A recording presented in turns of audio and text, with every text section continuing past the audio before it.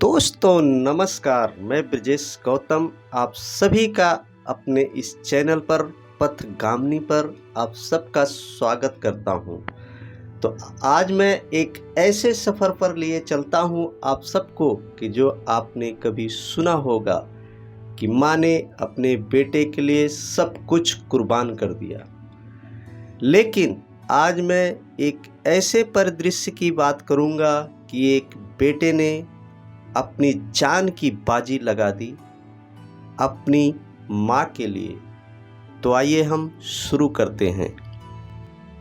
दोस्तों, एक गांव में माँ और बेटे एक साथ रहते थे और बेटा बाहर कमाता था और जो कुछ भी लेके आता था उससे जो है माँ बेटे का पालन और पोषण होता था।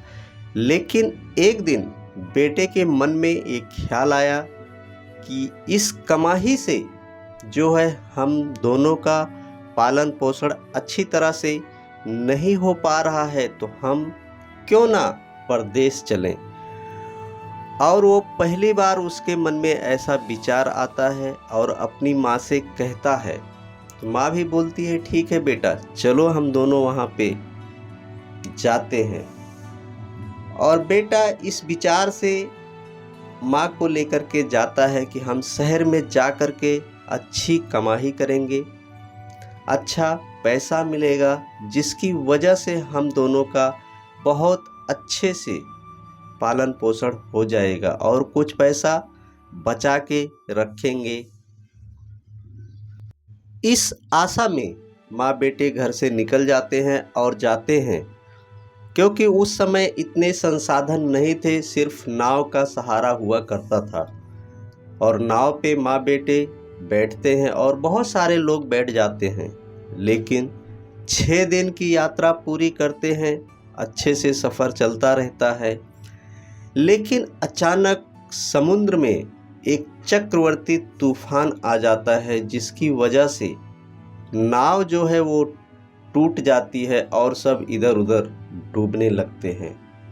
लेकिन वो साहसी लड़का अपनी माँ को ढूंढता है और अपनी माँ को बचाने के लिए वो पूरा प्रयत्न करता है और अपनी माँ को पकड़ करके उसको संभालता है। फिर वो लड़का अपनी माँ को अपने कंधे पे उठा लेता है और उस समुंदर में, जिसका कोई अता और पता नहीं है कि किनारा कहाँ होगा, वो जो है 6 दिन तक अपनी माँ को उस समुंदर में लेकर के तैरता रहता है और देखता है माँ को अपने कंधे पर उठा बड़े साहस के साथ समुद्र की भयंकर लहरों को चीरते हुए एक द्वीप की तलाश में तैरते जा रहा है। किसी भी भलाई के लिए जो अपनी जान जोखिम में डाले, उसका साहस कभी व्यर्थ नहीं होता है। एक आदि शक्ति ने उसको देखा, अरे वाह, यह तो एक अद्भुत लड़का है, कोई साधारण लड़का नहीं है। यह लगातार तैर रहा है, पर अकेले नहीं, अपनी माँ को भी कंधे पर लेकर अखंड साहस के साथ अपनी जान को जोखिम में डालने वाला ऐसा पुरुष तो बुद्धत्व के लिए अपना जीवन समर्पित कर सकता है। अच्छा होगा कि मैं इसके मन में बुद्धत्व पाने की आशा जगाऊं। वह लड़का उस समय बहुत थका हुआ था, वह अपनी माँ के साथ डूब रहा था। क्षण भर में उसके मन में दृढ़ साहस जगा, अरे ये क्या, अगर अब मैं हिम्मत हार जाऊंगा तो अपनी माँ को खो दूंगा। नहीं, कभी नहीं, मैं हर हालत में अपनी माँ को सही सलामत एक द्वीप पर ले जाऊंगा। ऐसा दृढ़ संकल्प ले तुरंत पानी से ऊपर उठा। उसी पल ब्रह्मा ने उसके मन में ये सुंदर विचार जगाया। दोस्तों देखिए, जब हम किसी चीज में अपना साहस दिखाते हैं तो उसमें देवलोक भी हमारे साथ सम्मिलित हो जाता है। अच्छा, ब्रह्मा उसके मन में एक ऐसी दृढ़ इच्छा जगाते हैं और कहते हैं बुद्ध बनूं मैं बोध कराऊं सबको, विकारों से मुक्त हो मुक्त कराऊं सबको। भयंकर संसार के सागर से पार जाऊं तैर इसे, तैराऊं दूसरों को भी संसार के भव सागर से। दोस्तों, हम सबके भी मन में कभी कभी ऐसी घटनाएं होती हैं जो कि पता नहीं होता है कि हमारे मन में ये शब्द कहाँ से आए। उसे पता नहीं कि उसके मन में ये विचार कैसे आया। इसे यह पता चलता है कि मनुष्य धरती पर बेमतलब इधर उधर भटकने वाला कोई जानवर नहीं है। बीते हुए अतीत और अंत न दिखने वाले भविष्य के बीच वर्तमान नाम का मंच पे चढ़ करके मनुष्य कुछ न कुछ प्रदर्शन कर रहा है। समय आने पर इस मंच से उतरकर दूसरे मंच पे चढ़ता है। इसी तरह मनुष्य को कितने अदृश्य लोक के प्राणी देखते हैं, ये कौन बता सकता है। दोस्तों, वो युवक बिना रुके प्रयास करता रहा, लगातार तैरता रहा। उसे सामने भूमि दिखाई पड़ी। 6 दिन तक समुद्र में नाव की गति से भी तेज तैरकर अपनी माँ को कांधे पर ले वो भूमि पर आया। माँ का जीवन बच गया। भूमि पर पहुंचते ही माँ रोते रोते अपने बेटे को गले से लगा ली।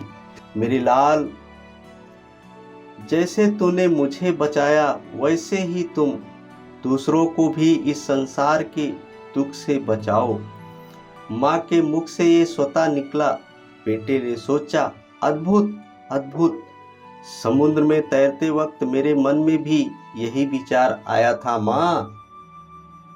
दोस्तों, यहाँ पर ध्यान देने वाली बात है और समझने वाली बात है। यहाँ एक बात और है जो स्पष्ट रूप से देखी जा सकती है। दरअसल इस लड़के में बुद्ध बनने की कल्पना किसी बुद्ध के बारे में ये कहानियां सुनकर नहीं जागी, गौरवशाली चरित्र कथा पढ़कर भी नहीं। वह बुद्धत्व की प्रार्थना करता है, इसलिए मैं भी बुद्धत्व की प्रार्थना करूंगा। इस तरह दूसरों का अनुकरण करने के विचार से भी नहीं। बुद्धत्व की प्रार्थना करना श्रेष्ठ है, इसलिए मैं भी बुद्ध बनूंगा, ऐसा सोचकर भी नहीं। ऐसा कोई भी इरादा इसके पास नहीं था। उस दिन उसका सिर्फ एक ही लक्ष्य था, अपनी माँ की जान बचाना, और इसके लिए उसने अपने आप को पूरे दिल से समर्पित कर दिया। अपनी हर सांस और पूरी ताकत का उपयोग करते हुए अकेले अपने लक्ष्य पर ध्यान केंद्रित करता। दोस्तों, कभी कभी हमारे मन में जो विचार आते हैं वो इस लोक से नहीं बल्कि बाहरी लोक से आते हैं। ठीक इसी प्रकार उसके माँ में जो विचार आया था, माँ के मुख से जो वचन बाहर आया, वो भी किसी बाहरी लोक से प्रेरित किया हुआ विचार था। लोगों के विचारों को दूसरों द्वारा नियंत्रण किए जाने का यह एक अद्भुत उदाहरण है, लेकिन इसकी अच्छाई बुराई को समझने की योग्यता इंसानों के पास होनी चाहिए। दोस्तों, वह इसलिए क्योंकि बाहरी लोक का सुझाव भला या बुरा कुछ भी हो सकता है।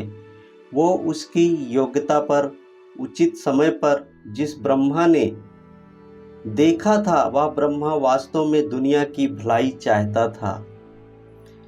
आखिर बुद्धत्व की प्रार्थना का विचार भी युवक ने अपने अभिमान से नहीं बल्कि उस ब्रह्मा की प्रेरणा से प्रेरित होकर किया।